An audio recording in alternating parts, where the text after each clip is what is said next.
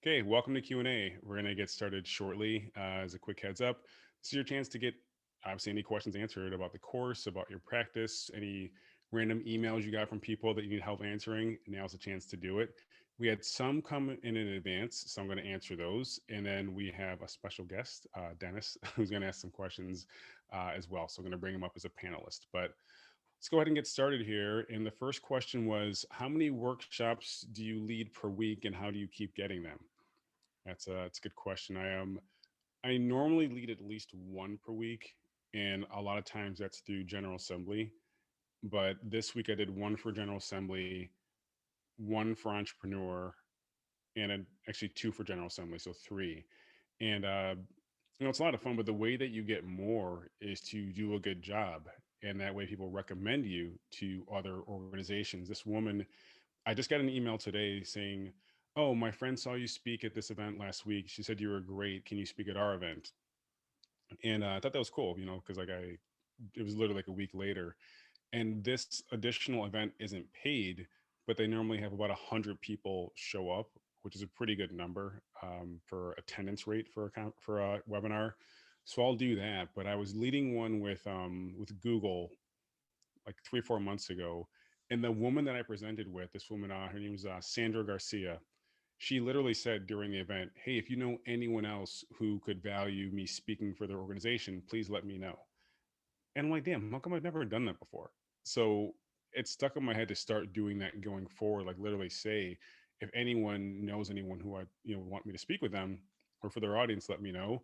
So that's a good reminder for me to do that, because if you don't ask, the answer is going to be no. But if you do ask, the answer will be yes or no. So you might put that spark in someone's head to actually ask that question. So just want to get in the habit of doing that.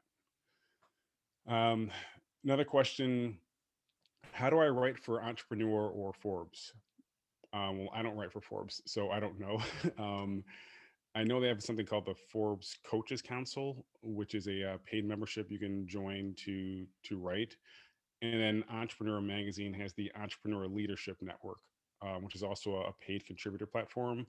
And the benefit of that is you'll work with an editor who will help you learn how to write essentially, and you can use that for lead generation by sharing your article. Obviously, you're going to build your authority as well. So if you want to do that, that would be a good use case for that. What else? How do I make myself stand out when replying to an RFP, request for pricing? Yeah, those are hard because when you reply to an RFP, maybe it's like a government contract or something. They're somewhat rigid. It's just like, what do you do? Like there's no like room for creativity, more or less.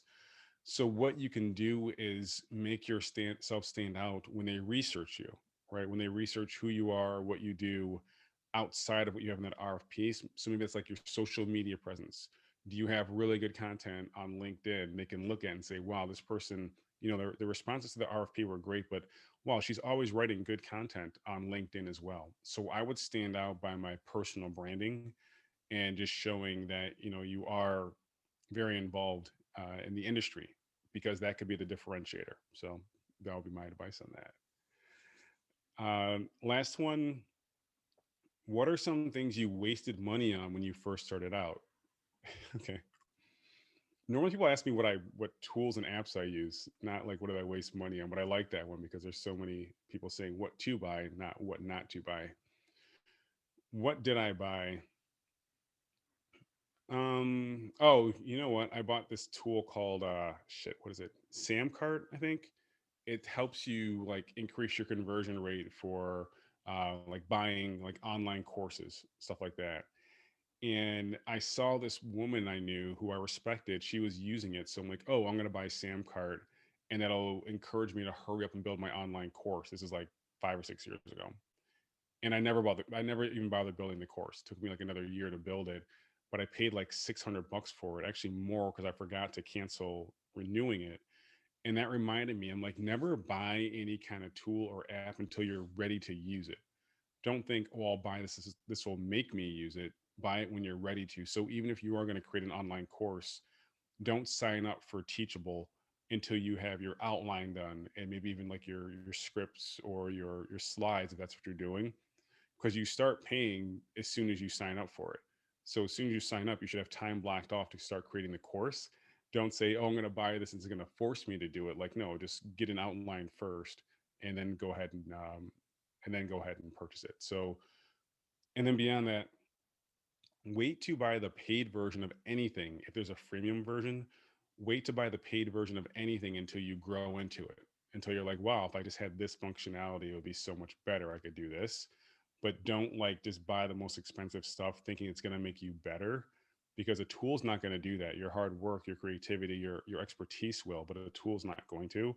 So it's like whenever, I'm sure you have one of those friends, like every time they start a new hobby, they buy all the most expensive stuff. It's like, really? Yeah, you're buying all that stuff, like you don't even know how to ski. Like, why do you need all this like double black diamond worthy gear? That's usually the way I think about it. So don't spend money on something until you have a good use case for it, and then you can go ahead and make that decision. Okay. But what I want to do now is bring our buddy Dennis up. That's all the questions I had in advance. I'm going to put my headphones on. And Dennis, we're all looking forward to getting an update from you. So let me do this. And you should be good to go shortly.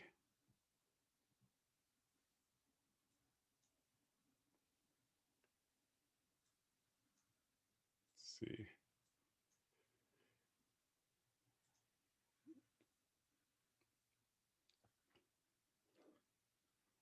Dennis, how's it going?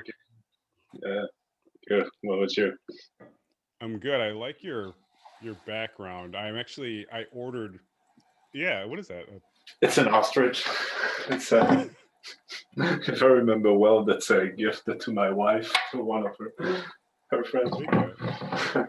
I'm Special. actually, yeah, I'm actually having a background made, like a custom one, just to kind of make it a bit cleaner behind me, because you have like a nice clean wall. I have like all these weird angles and everything. Oh yeah. Took me So some time to find the perfect angle, so I get you. But what are you doing exactly? Like a green background, and you're gonna put something on it, or no, it's gonna be a directly? physical background. Like, Okay. oh, I see what you're saying. Like, yeah, it's like it'll be like a vinyl thing you can roll up, and it'll just Okay. have Yeah. my logo like over here, I guess, and my socials over here. So Got it. Oh, pretty yeah, cool. yeah, looking forward to it. But Hmm. more importantly, how are you? How are you doing? Yeah, good, good. That's it. But I can totally relate to the last thing you were talking about tools that don't buy them until you have the use for them. Because even me, sometimes I'm like, okay, you know what? I do the 7 day trial, so that's gonna push me to do the thing, and that doesn't. So Yeah. Yeah, yeah. but, No, I learned that the hard way, so I'm glad that you figured that out a lot sooner. yeah, it's the kind of things. But yeah, compared to last time, to be honest, I was really just stuck in the way that I feel I have a hard time defining a buyer persona. Mhm. Um, and that's the thing too. Like we were talking last time, and I know the tools, I know everything, but I don't have the what or the who, Yeah, and so that doesn't work. And that's exactly kind of where I'm at, where I'm like, uh, I need to perfect the knowledge in any direct direction I'm going, I'd say. mhm. So the direction doesn't really matter. I try to go towards something I want to do in digital marketing. Like I think I should go one way, either like Google ads or Facebook ads or one of those without trying to do everything. Mhm. But it's more when I'm thinking, okay, who I start selling that to. Yeah, It's really outside for me, and I'm having a hard time being like, okay, companies with less than 10 employees that are doing like, I don't know, 50K a month or something like that. I'm having a hard time defining something. Would you say that doesn't really matter? Just test and see if that sticks, or let me ask you a question first. Mhm. Have you done this for like as a consultant yet? Any kind of Google ads as Never a paid? consultant yet? Okay, so I have an idea. Hmm. I have an idea. Google has a grant for nonprofits. I think it's around $10,000 a month they can get in Google ad spend. Okay. What I would consider doing is reaching out to a few nonprofits and saying, "Hey, would you feel comfortable with me, kind of interning with you for the next 2 months, where I'll run your ads at no cost, and it won't cost you anything either because Google has this program. That way, you'll get practice running ads." And I would focus on lead generation, because lead gen you can apply to pretty much any industry, right? Yeah. Ecom, B2B, so on and so forth. So if you become an expert at using Google Ads for even just lead gen, not like donations for a nonprofit, that's a transferable skill, and you'll get a good testimonial from them as well. But it won't cost them any money to kind of have that leap of faith with you. Mhm. And heck, you might find that you like working with nonprofits too, for all you know. So then it's like, Yeah, all you right, never know. that's my thing. It's not something I really know either. We don't have no non-profit in Europe, but yeah, I'll try that. That's a good idea. And yeah, lead gen. That's obviously, I'd say, the carrot to attract. Because yeah, usually when you say, "Oh, I do Google Ads," people are like, "Okay, cool," but you say, "Oh, I do lead gen through Google Ads." That's what people understand. Yeah. And, but I don't know. I feel like lead gen. I don't know. I see so much of it. Maybe because we're in this bubble. As soon as you start typing into Google digital marketing, you get bombarded with all those ads and stuff like that. And I feel like there's so much competition. So like lead gen, I feel like everybody's doing that. Yeah. Yeah. I mean, it's um, it's pretty popular, but I think where you can differentiate yourself is right now. If you were to ask me, "Hey Terry, do you know a good Facebook guy?" I can give you a bunch of people who know Facebook and Google. Mm, Over the last, I would say, 5 years, it's become increasingly hard for me to find a good Google Ads person, okay. because a lot of the Google Ads people are now just doing paid social, because it's like, oh, it's cooler to have a cool, picture and then like a meme or whatever, as opposed to Google Ads. Yeah, so So it's something to consider. Even if it is lead gen, you could be more niche just by saying, I only do Google Ads. Like that's it. mm-hmm. And you just go really deep with that platform, as opposed to spreading yourself too thin. Now, there is an advantage to doing both, because I used to do that when I did account management. I would send traffic to a website with Google Ads, and I Mm-hmm. would retarget with Facebook ads, Yeah, because the CPA was so much better after yeah, that. that's the best way. So maybe, and I'm now like contradicting myself, one way to think about it is like you could still say, hey, I'm doing lead gen, but I'll send traffic to your website with Google ads, and then maybe retarget with Facebook to convert them.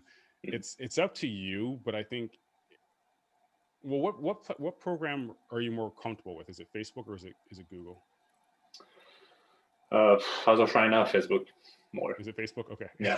Now, to So be honest, I didn't really want to get into paid ads that much. I'd rather do the SEO, the long game, I'd say. mhm, But I feel like it's harder to sell, especially at higher price point, because you don't have an ROI that's 30 days or 60 days. Usually it can be 6 to 8 months. So I feel like it's yeah, harder to sell, especially to begin. So I should better sell. I mean, start with ads. yeah. I forgot about that. I mean, it's like I didn't forget about it, but like it is tough as a new person Hmm. to say like, oh, trust me.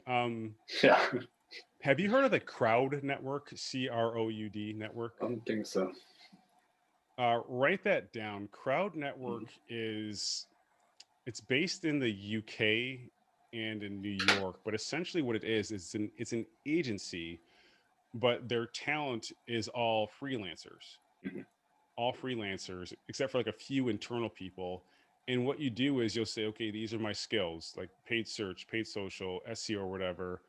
And they will, based on the rate you indicate and your skill set, they'll give you jobs to do. Okay, So you might start off maybe a bit more junior, and maybe the that's fine. tasks are like auditing a website for like, robots blocking Google or something like that. Hmm. But it could be a good way for you to get involved with them. They've been around probably, I don't know, like 5, 6 years or so, and they have a good foothold here in the U.S. and in the U.K. as well. Okay. So I would consider that. And this guy Chris Tate, I think he's like the CEO or something like that. Uh, he'd be a good person to look out for on LinkedIn. It's Chris Kris Tate Tait. Okay. You could more or less get a start with them, but it's like when you're brand new like that, especially with SEO, you need someone to kind of take a chance on you. Hmm. And have you ever done a website audit? Kind of, because I do mine. I have a blog, and that's why I'd like to keep developing my blog and stay into the SEO game, so I don't spread too much with my blog and what I do for clients. So kind of, yeah, I'm used to audit my website and the one my wife is working for. She's working for a big corporate, and most of the time look at the analytics. Okay.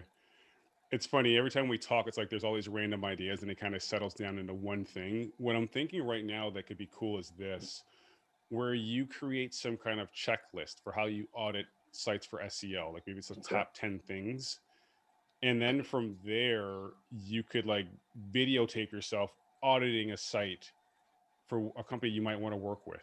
Like maybe it's like in the food industry, maybe it's whatever. You would say, hey, did you know that you have this text that's blocking Google from indexing this part of your page? You're literally saying, Google, don't rank me here. Or you have your, maybe it's a restaurant, you're going to say, you have your menu uploaded as a PDF. And unfortunately, it's a lot harder for spiders to crawl a PDF than it is your HTML. So you might have the best chicken cacciatore in London, but no one's going to know because we can't crawl that as Exactly. easily. Got it. Yeah, that's I did interesting this too. for entrepreneur. I did this like a quick audit of this person's website, and I used the Google Page Speed test, the Hmm. Page Insights test, and their website scored a 3 out of 100. Okay. So I was like, dude, like this is not Yeah, good. it's weird stuff. But the benefit of that is it spits out everything they need to do to fix it. So you could Mm. even like do that. You could like reach out to a few companies and say, hey, by the way, I realized, I noticed your site's loading this slow, and here's the impact. And like literally, like, you can use a tool called Loom, Hmm. Loom, to record yourself. And there's like a little talking head down here where you're like going through this site, Okay. and you could say, here's how you fix it. It's not that hard. If you have any more questions, let me know. That's another possibility too. If you Yeah, I'll really try want to that. stick with the SEO route,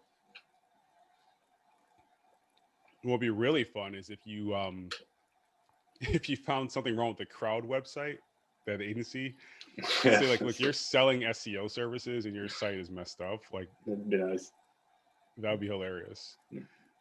But yeah, I've seen that work before where you literally fix the problem for them, and then you say, hey, if you want to work with me, let's do this. And where it gets interesting is you could go on to say, hey, if you're doing like Facebook ads or Google ads, your page speed's messing that up too, because your quality score gets impacted in a Mhm. negative way if your website loads slowly.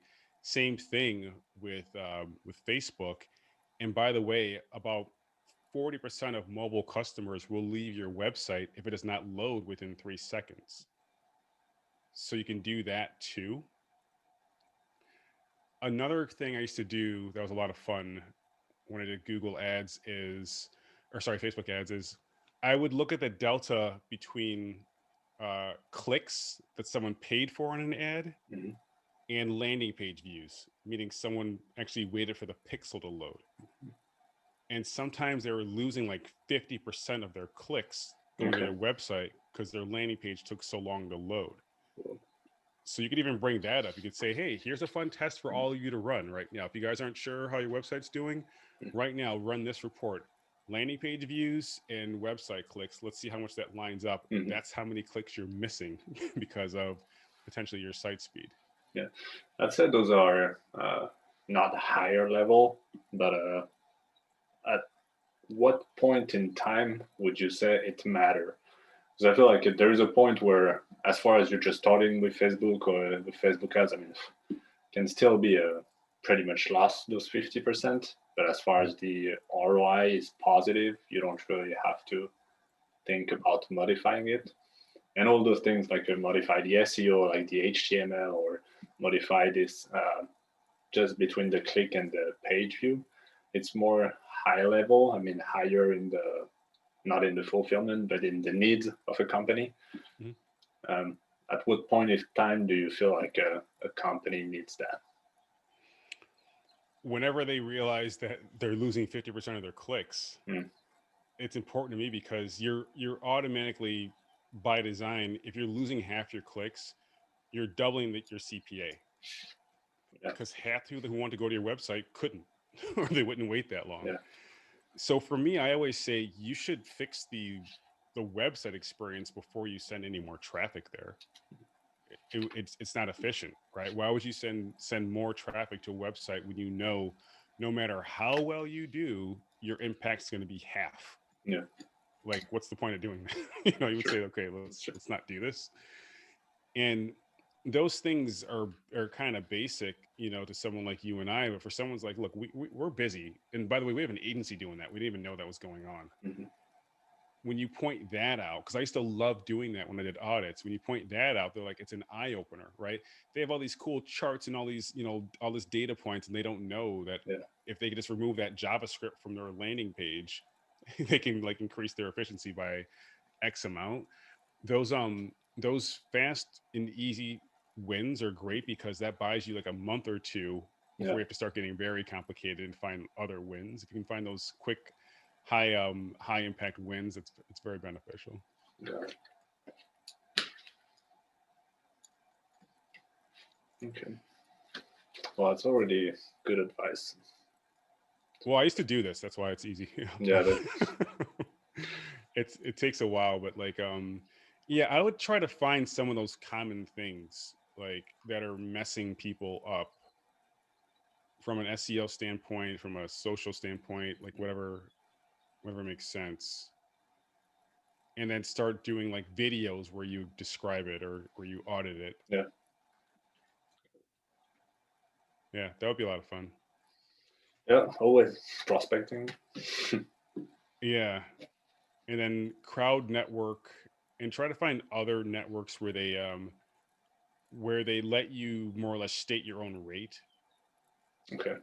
and you'll say, hey, I'll do it for, you know, whatever makes sense to you. Because I know you've done Upwork before and you said you didn't like that. Is that correct? I've tried, but yeah, same. It's hard competition, and everybody's looking. It's really a race to the bottom Yeah. price. To the. That's why I like crowd, because Mhm. when they reach out to me, they're like, what's your rate? I'm like, well, how much do you pay? They're like, what's your rate? I'm like, okay. Okay. Well, thank you. And like, Yeah. they're like, that's the joy. We want you to be flexible and like Mhm. to get paid what your value is. And Okay. that's it. So, Got it. Much. hmm. Here's another thing I'm going to suggest. So we already have that stuff done, right? So it's like, you know, do some like audit type work. You can reach out directly to companies and show them like, hey, this is messed up. Join crowd. I would also consider this strongly. I would consider reaching out to local colleges that have like marketing classes and say, hey, would you like me to do a 1 hour presentation on digital marketing, like real high level, the stuff that you need to know? And you can just kind of walk through what you think will be basic, but to the students there, whether they're in college or it's an executive education thing, they'll say, Mhm. wow, that guy's awesome. Like, because if they're not going even like half as deep as you can with digital marketing, you're going to blow them away. And I remember I used to teach at NYU, and I was surprised that none of the students there in their integrated marketing program had ever run a paid ad whatsoever. Yeah. I see what you mean. And I was like, what the hell? Like, you guys are grown adults. Like, why are you not, why are you not doing this? It was like that, the school system. So I would do that. I would just come up with some kind of speaking topic, like digital marketing fundamentals or whatever, Okay. pitch that to various colleges. And then on your website or on your LinkedIn, you can say, oh, I spoke at, I don't know the colleges around you, but like I spoke here, I spoke there, I spoke there. That will build your credibility even more. And you'll get comfortable talking about it in front of a crowd. So that would be another homework item I would take on as well. That's a good idea. Would you directly go on the website and they probably have a contact us page or something like that? What I would do is I would see like what actual professors are teaching, like intro to marketing. Okay. And then if they don't have their email address there, I'll try to find them on LinkedIn and say, hey, Kelly, I see you teach intro to marketing at Dublin College or whatever. Do you ever bring in guest speakers? I have this talk. It's called Digital Marketing Essentials. Would you like me to present that to your class? And then from there, that's how you'll start getting used to speaking more and start growing your network as well. That's a good idea. All right. Well, I feel like you might have enough homework for tonight. Yeah, that's plenty already. Cool. Okay. So yeah, get started on that. We can check in next week, but I feel this is based on your experience over the last week, this is a good next step to take, Mhm. and then see where things land from there. Of course. But yeah, we'll check in next week. Awesome. Well, Awesome. great chatting with you as always, and I'll see Yeah, you soon. otherwise. Have a good evening. All right, you too. Take care. Bye.